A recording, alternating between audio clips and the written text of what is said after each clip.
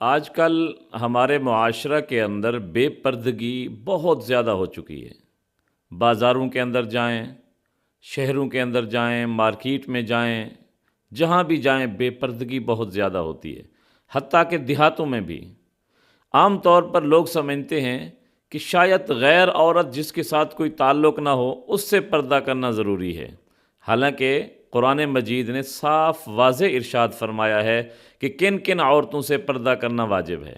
یاد رکھنا، جتنی بھی آج کل یہ بے حیائی اور فحاشی ہو رہی ہے یہ بے پردگی کی وجہ سے ہے، اور پردہ کن عورتوں سے ہے؟ جن سے نکاح کرنا جائز ہے ان سے پردہ کرنا فرض ہے۔ چچا زاد بہن، خالہ زاد بہن، ماموں زاد بہن، سالی اور چچا اور بھائی کے فوت ہونے کے بعد بھابھی، بلکہ نبی پاک صلی اللہ علیہ وسلم نے تو دیور کو موت قرار دیا ہے، ان سے پردہ ہے۔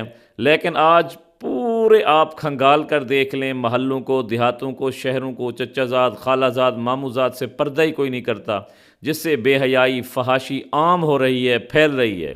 اس لیے برائے کرم ہم اپنے گھروں کے اندر اس شرعی پردے کو رواج دیں۔ بعض لوگ کہتے ہیں استاد سے پردہ نہیں، پیر سے پردہ نہیں، عالم سے پردہ نہیں، چچا زاد سے پردہ نہیں۔ بھئی ہر کس سے پردہ ہے؟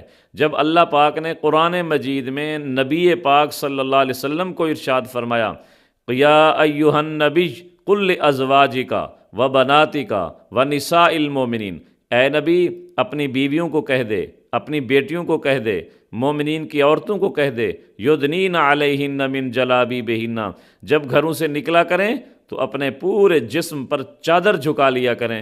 تو اس لیے جب تک ہم پردے کو رواج نہیں دیں گے یہ فحاشی اور یعنی ختم نہیں ہوگی۔ اس کا ایک ہی طریقہ ہے کہ شرعی پردے کو لازم کیا جائے۔